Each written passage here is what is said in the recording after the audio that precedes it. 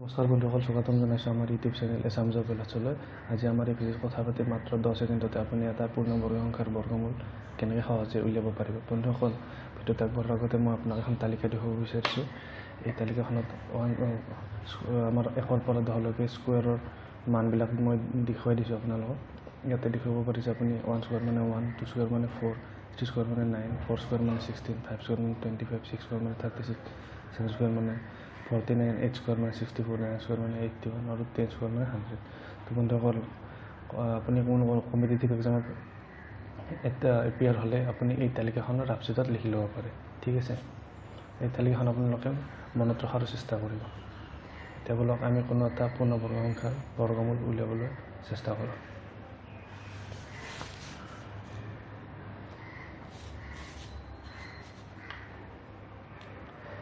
এতিয়া আমি এটা পূৰ্ণবৰ্গ সংখ্যা লৈ লৈছোঁ 576। ঠিক আছে, 576। এতিয়া ইয়াৰ আমি বৰ্গমূল উলিয়াবলৈ চেষ্টা কৰোঁ এই কৌশলটিৰ জৰিয়তে।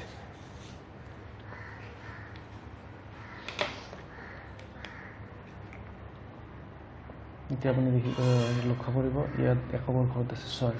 ঠিক আছে, আমি এতিয়া তালিকাখনত লক্ষ্য কৰিম কোনটো সংখ্যাৰ বৰ্গ এককৰ ঘৰত 6 আছে। ইয়াত আপুনি তালিকাখন লক্ষ্য কৰি দেখিব যে 4 স্কুৱেৰ মানে 16 আছে আৰু 6 স্কুৱেৰ মানে 36 আছে। গতিকে যিটো আমি উত্তৰ পাম সেই উত্তৰটোৰ এককৰ ঘৰত অথবা 4 থাকিব, নহ'লে 6 থাকিব। ঠিক আছে, আমি সম্ভাৱনা হিচাপে 4 আৰু 6 এই দুয়োটাৰ এটা হ'ব, যিহেতু আমি এনেকৈ লিখি লৈছোঁ। ঠিক আছে, এতিয়া আমি দশকৰ ঘৰত সংখ্যাটো স্কিপ কৰিম, মানে দশকৰ সংখ্যাটো আমি এৰি দিলোঁ। এতিয়া আমি শতকৰ ঘৰ সংখ্যাটো লৈ আহোঁ। শতকৰ ঘৰত আছে 5। ঠিক আছে, এতিয়া আমি চাম এই তালিকাখনত কোনটো সংখ্যাৰ বৰ্গ 5ৰ ওচৰত আছে। তো আপুনি দেখিব ইয়াতে 2 স্কুৱেৰ মানে 4, 3 স্কুৱেৰ মানে 9। তো আমি 2 সংখ্যাটো ল'ম, যিহেতু 2 স্কুৱেৰ মানে 4 আৰু এইটো 5তকৈ সৰু হয় বা 5তকৈ ওচৰত আছে। ঠিক আছে, আমি এতিয়া 2 সংখ্যাটো লৈছোঁ। এতিয়া আমি এটা ফৰ্মুলাৰ জৰিয়তে এই সংখ্যাটোৰ বৰ্গমূল উলিয়াবলৈ চেষ্টা কৰিম। ঠিক আছে, এতিয়া আমি ফৰ্মুলাটো এনেকুৱা 2 × 2 + 1। ঠিক আছে, তাৰমানে আমি পাম 2 × 3 মানে 6। ঠিক আছে, এতিয়া বন্ধুসকল দেখিব আপুনি এই 5 সংখ্যাটো যে এই 5 সংখ্যাটো আৰু আপুনি 6 সংখ্যাটো লক্ষ্য কৰক। যদি শতকৰ ঘৰত সংখ্যাটো এই ফৰ্মুলাৰ পৰা পোৱা মানটোতকৈ সৰু হয়, মানে 5 > 6, তো আমি ইয়াৰে সৰু মানটো ল'বলৈ যাম। ঠিক আছে, গতিকে আমি 2টো ইয়াৰ পৰা পালোঁ। তো ইয়াত আমি 6 আৰু 4 সৰু সংখ্যা মানে 4টো ল'ম। ঠিক আছে, আৰু এইটো হ'ব আমাৰ 576ৰ বৰ্গমূল সংখ্যা 24, মানে 24 স্কুৱেৰ 24 স্কুৱেৰ 576। ঠিক আছে, তেনেকৈ আমি আকৌ এটা নতুন সংখ্যাৰ বৰ্গমূল উলিয়াবলৈ চেষ্টা কৰোঁ।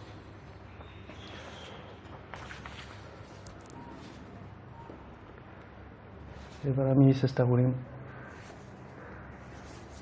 676ৰ বৰ্গমূল উলিয়াবলৈ। ঠিক আছে, ইয়াতো আপুনি দেখিব এককৰ ঘৰত আছে 6। মানে আমি এই তালিকাখনত লক্ষ্য কৰিম এককৰ ঘৰত কোনটো সংখ্যাৰ বৰ্গ উলিয়ালে 6 থাকিব। তো ইয়াতো 4 স্কুৱেৰ মানে 16, 6 স্কুৱেৰ মানে 36। তো আমি এইবাৰ একে আগৰ নিচিনাকৈ ইয়াতে লৈ ল'ম 4 অথবা 6, মানে যিটো উত্তৰ ওলাব সেইটোত আপোনাৰ এককৰ ঘৰত অথবা 4 আহিব, নহ'লে 6 আহিব। ঠিক আছে, এতিয়া আমি এককৰ ঘৰ এইটো কৰি ল'লোঁ। এতিয়া আমি দশকৰ ঘৰ সংখ্যাটো স্কিপ কৰিম। এতিয়া আমি শতকৰ ঘৰ সংখ্যা 6 লৈ আহোঁ।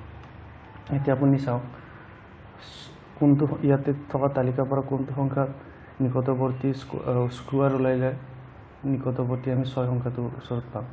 আপুনি চাওক 2 স্কুৱেৰ মানে 4, 3 স্কুৱেৰ মানে 9। তো আমি 2 স্কোয়াৰ ধৰিম যেহেতু 6তকৈ সৰু 2 স্কোয়াৰ কৰিলে আমি 4 পাম যেটো 6তকৈ সৰু হয় ঠিক আছে তো আপোনাৰ উত্তৰত এই দুই সংখ্যাটো থাকিব এতিয়া আমি আগৰ ফৰ্মুলা নিচিনাকৈ এটো 2 * 2 + 1 কৰি লম মানে আপোনাৰ 6 ঠিক আছে এতিয়া আপুনি লক্ষ্য কৰক এইটো শতক ঘৰৰ সংখ্যাটোত থকা 6 আৰু ইয়াৰ ফৰ্মুলাটোৰ পৰা ওলোৱা 6 দুটা সমান যদি আপোনাৰ এই ফৰ্মুলাটো ব্যৱহাৰ কৰি আপুনি কোনো এটা সংখ্যাতকৈ সমান অথবা ডাঙৰ পায় মানে এইটো 6 greater than or equal 6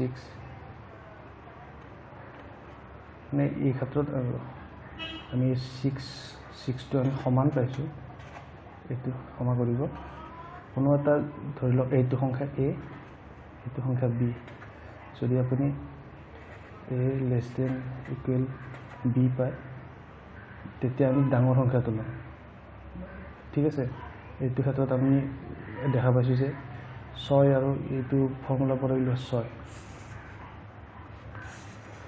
সমান পাইছোঁ মানে এই ফৰ্মুলাটোৰ পৰা আমি 6টো সমান তো আমি ইয়াতে এইটো ডাঙৰ সংখ্যাটো ল'ম ঠিক আছে আমি আগতে 2 পালোঁ আৰু ইয়াতে 6 মানে 26 স্কোয়াৰ ইকুৱেল 26 * 26 ইকুৱেল 676 ঠিক আছে আপুনি আগৰ আমাৰ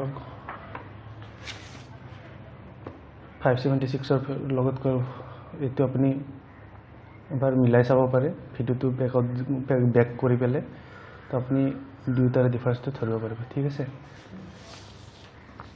এতিয়া আমি আহোঁ এটা অইন সংখ্যালৈ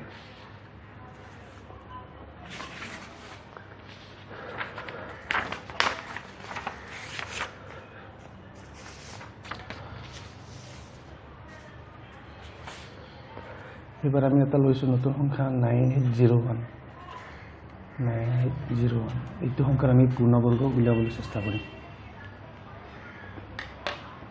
এতিয়া ইয়াত আপুনি চাওক একৰ ঘৰত থকা সংখ্যাটো হ'ল 1 এতিয়া এই তালিকাখনত চাওক কোনটো সংখ্যাৰ স্কোয়াৰ কৰিলে আমি 1 পাম চাওক 1 স্কোয়াৰ মানে 1 আছে আৰু এই তালিকাখনত 9 স্কোয়াৰ মানে 81 আছে একৰ ঘৰত আমাৰ উত্তৰত থকা একৰ ঘৰত থকা সংখ্যাটো অথবা 1 হ'ব অথবা 9 হ'ব ঠিক আছে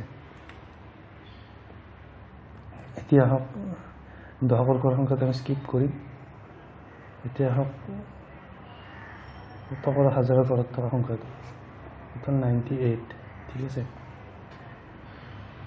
এতিয়া আমি চাম 98ৰ ওচৰত ইয়াৰ কোনটো সংখ্যাৰ বৰ্গ উলিয়ালে 98ৰ ওচৰত পোৱা যায় ইয়াত আপুনি চাব 9 স্কোয়াৰ মানে 81 10 স্কোয়াৰ মানে 100 তো 98ৰ তলৰ সংখ্যা হলে 81 গতিকে আমি 9 স্কোয়াৰৰ বৰ্গ কৰিলে 81 পাম যেহেতু তো আমি ইয়াতে 9 ল'ম ঠিক আছে এতিয়া আগৰ ফৰ্মুলা নিচিনাকৈ 9 * 9 + 1 9 * 10 12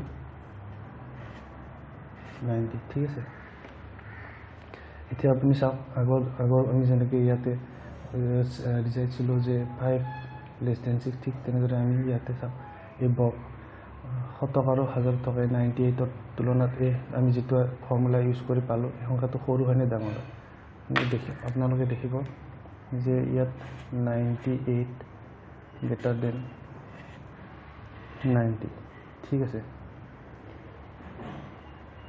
তো আমি এতিয়া ইয়াৰ পৰা গম পালোঁ যে ইয়াতে 98টো এই ফৰ্মুলাটোৰ পৰা ওলোৱা সংখ্যা যেটো 98তকৈ ডাঙৰ হয় তো আমি ইয়াতে যেটো ডাঙৰ ভ্যালু 1 আৰু 9ৰ যেটো ডাঙৰ ভ্যালু সেইটো লম ঠিক আছে মানে আমাৰ এইটো 9801ৰ বৰ্গমূল হ'ব 99 ঠিক আছে 9 স্কোয়াৰ ইকুৱেল 9801 ঠিক আছে ঠিক তেনেদৰে আমি অইন এটা সংখ্যা সমাধান কৰিবলৈ চেষ্টা কৰিম আমি লৈ লৈছোঁ 7921 ঠিক আছে। ইয়াৰ বৰ্গমূল আমি উলিয়াবলৈ চেষ্টা কৰিম। মনত ৰাখিব বন্ধুসকল, এইবিলাক পূৰ্ণবৰ্গ সংখ্যা, মানে এইবিলাকৰ আমি বৰ্গ উলিয়ালে আমি গোটা সংখ্যা মানে পূৰ্ণ সংখ্যা একোটা পাম। যেনেকৈ আমি 676ৰ বৰ্গ উলিয়াওঁতে 26 পাইছোঁ ঠিক আছে। আহক তেনেহ'লে আমি এবাৰ 7921ৰ পূৰ্ণ বৰ্গমূল উলিয়াব চেষ্টা কৰোঁ। ইয়াতো আপোনালোকে দেখিবলৈ পাইছে যে ইয়াতে আপোনাৰ একৰ ঘৰত আছে 1 ঠিক আছে। আমি তালিকাখনৰ পৰা এতিয়া সম্ভাৱ্য সংখ্যা 1 স্কোৱাৰ মানে 1 পাইছোঁ, 9 স্কোৱাৰ মানে 81 পাইছোঁ। তো আমি 1 অথবা 9 এনেকৈ লৈ লৈছোঁ ঠিক আছে। এতিয়া আপুনি দশকৰ ঘৰৰ সংখ্যাটো স্কিপ কৰক।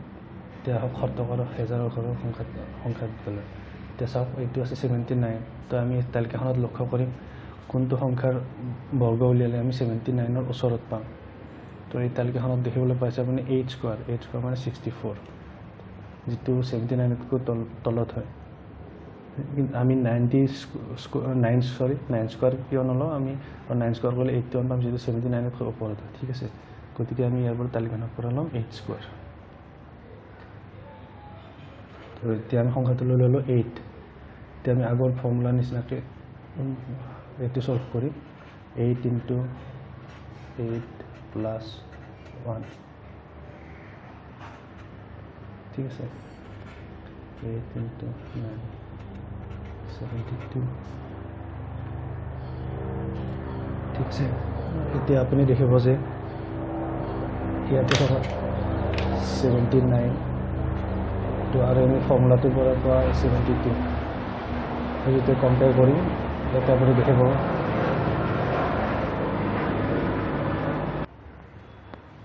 ইয়াত আপুনি দেখিব 79 সংখ্যাটো 72তকৈ ডাঙৰ হয় ঠিক আছে। এতিয়া 79 সংখ্যাটো 72তকৈ ডাঙৰ ঠিক আছে। তো এই ক্ষেত্ৰত আমি কি কৰিম, যিটো ইয়াতে থকা ডাঙৰ সংখ্যা 1 অথবা 9 ডাঙৰ এইটো 9 আমি এইটো ল'ম। গতিকে আমাৰ উত্তৰটো হ'ব 89, মানে 89 স্কোৱাৰ = 89 × 89 7921। গতিকে এই কৌশলটি ব্যৱহাৰ কৰি আপুনি যিকোনো পূৰ্ণবৰ্গ সংখ্যাৰ বৰ্গমূল উলিয়াব পাৰে ঠিক আছে বন্ধুসকল। তো বন্ধুসকল, আশা কৰোঁ আপোনালোকে আজি আমাৰ এই ভিডিঅ'টো ভাল পালে আৰু এই ভিডিঅ'টোৰ পৰা অন্ততঃ কিবা এটা নতুন কথা শিকিবলৈ পাইছে। তো বন্ধুসকল, যদি এনেকুৱা ভিডিঅ' আপোনালোকে ভৱিষ্যতে পাই থাকিব বিচাৰে তেনেহ'লে আমাৰ চেনেলটো লাইক, শ্বেয়াৰ এণ্ড ছাবস্ক্ৰাইব কৰিব। লগতে কাষতে থকা ঘণ্টাৰ বেল আইকনটো দবাই দিব